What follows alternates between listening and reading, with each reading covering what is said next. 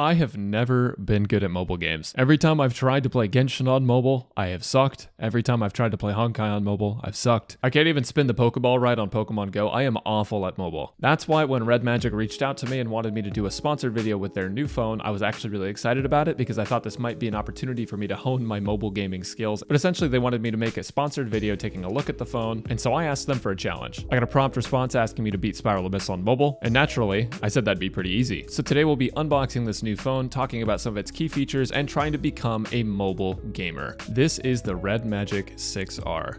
So this is my first time removing this, and I'm really, I'm really excited. Hold on. Oh my god, I can't get the...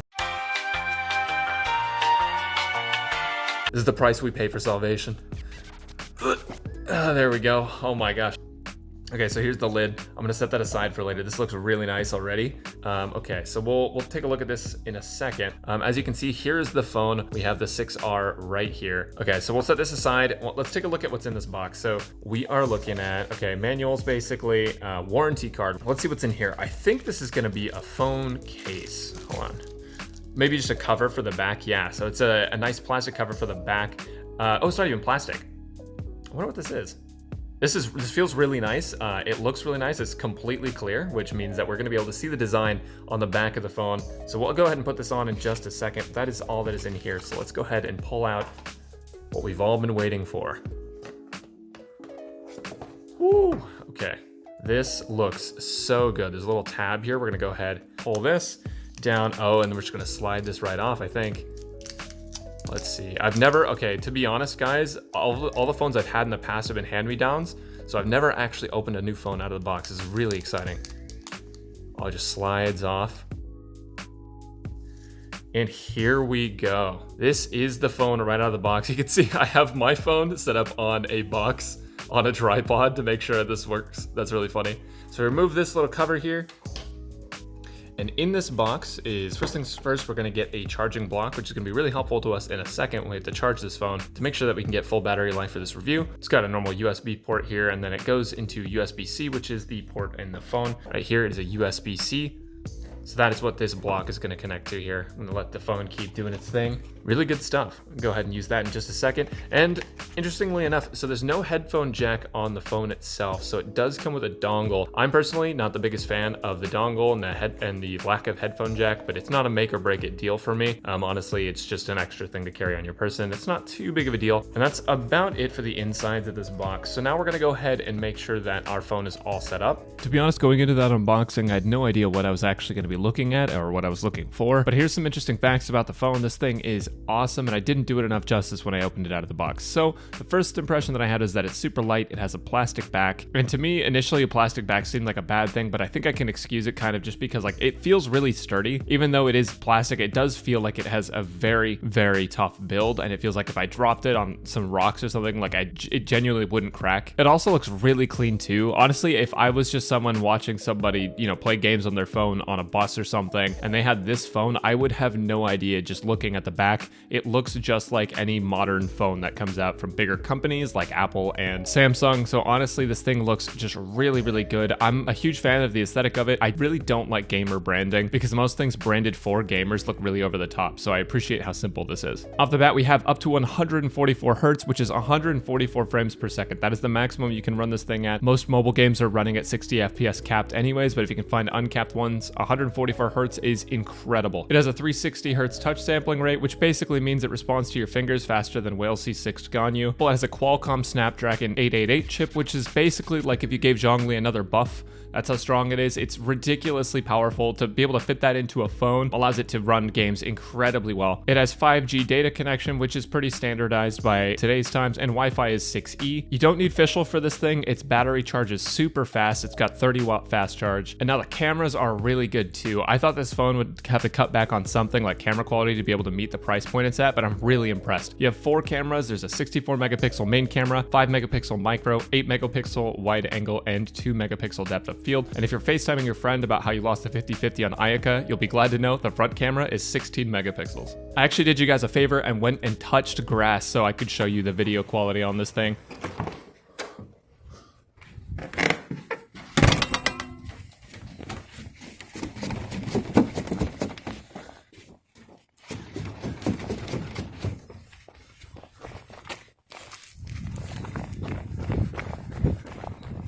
Oh, that's all dead.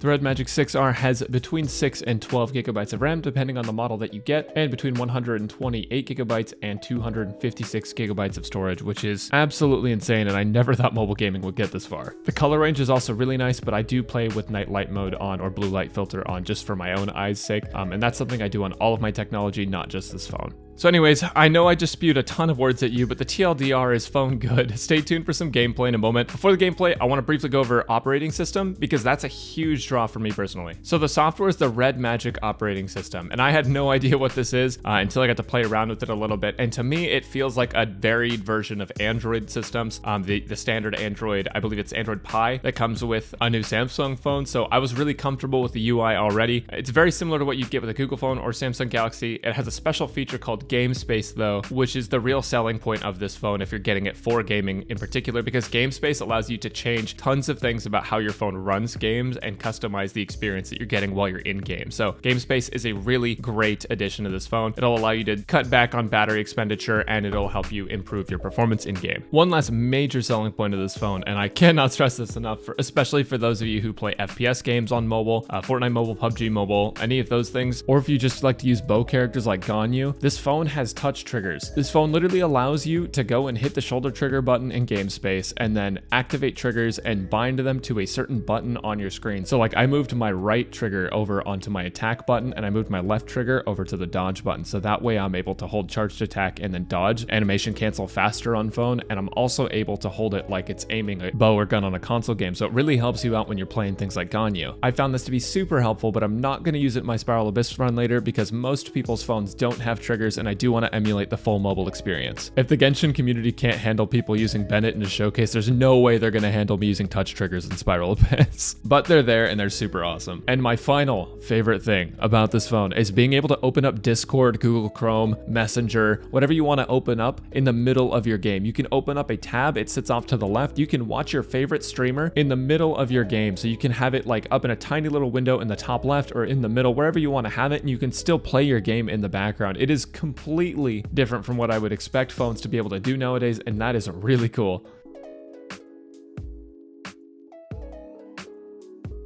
Well, we're gonna see if I'm actually a mobile gamer or not. This is gonna be a fun experience. All right, as you can see, I went ahead and took care of all of these. And what we're gonna do now is, now that we are in the game space, we're gonna end up using the record feature. And what that's gonna do is hopefully screen record at max settings on Genshin Impact.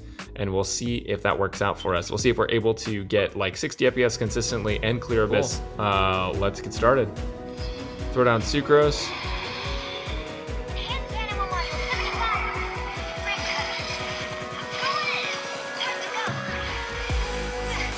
Oops, definitely meant to do that differently, but here we are. Go ahead and use this again. This will give us a little bit of a shield, and then we can do this, this.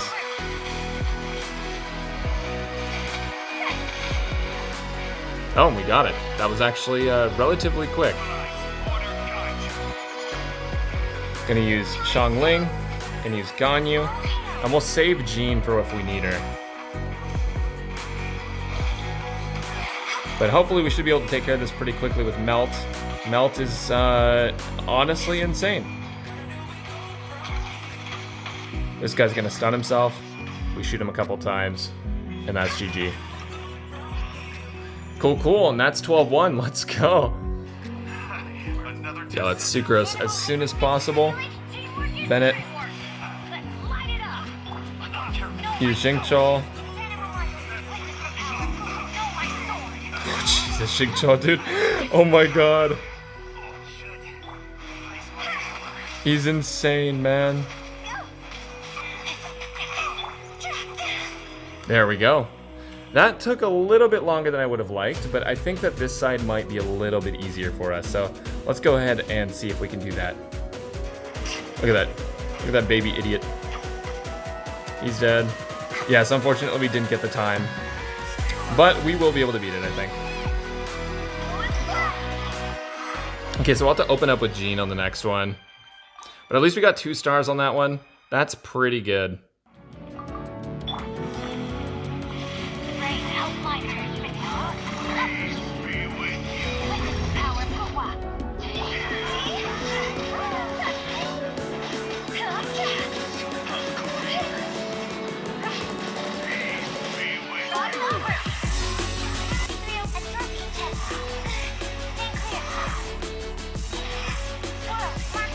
Thundering Fury Bennett, come on!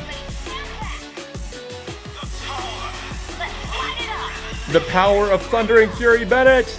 Let's go! Missed that one up. I got too greedy. Let's go! Okay. We'll do this. Swap to Ganyu. Use our Q. I have to switch to Jean. Honestly, we might be able to do this. Not if that guy gets up, though. He just dodged my shot, so that's... Yeah, he's getting up. Yeah, there's... okay. We're not going to be able to do this, man. 2 stars? I will take 2 stars.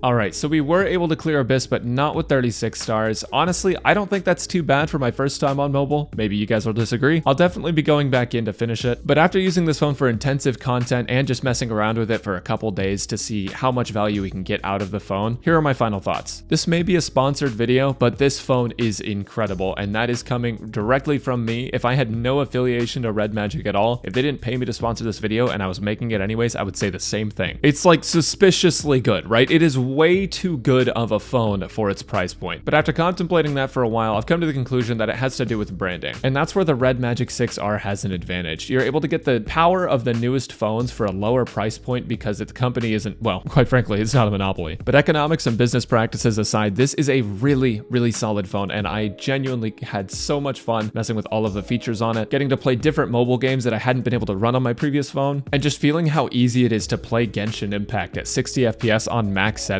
It's seamless. There's no FPS lag at all, and being able to just open up Discord and join my friend's call while I'm playing mobile games is sick, honestly. Without having to tab out at all, it is something else. I will be honest, I have one gripe with the phone, and that's that it only has a single speaker in it. I think most phones have 2 speakers now, and that is something that is a little bit of a downgrade. However, I don't think it takes away from the gaming experience that much, especially if you're using headphones, which you probably would be in public anyways. And the main advantage of mobile gaming is being able to take your gaming everywhere with you, so I imagine that you would be using it either in public or at work, or not only at home is the main thing, I guess. The build quality feels really, really great. I like the shape of it, I like the aesthetic of it, and would I recommend it to my best friend looking for a phone? Absolutely. REDMAGIC aims to build the best possible gaming experience at an affordable price, and they really nailed it with this one. They really knocked the ball out of the park. So if you're a hardware nut like me and you want to see where REDMAGIC is going to go, you can click on any of the links down in the description. Those are their social medias and their website. And if you're just interested in the phone, there's also links for that as well. Thank you so much, REDMAGIC, for sponsoring this video, and I will see you guys on the next one. Join the Discord if you have any questions about the phone that you want to ask me personally, because this was my honest opinion.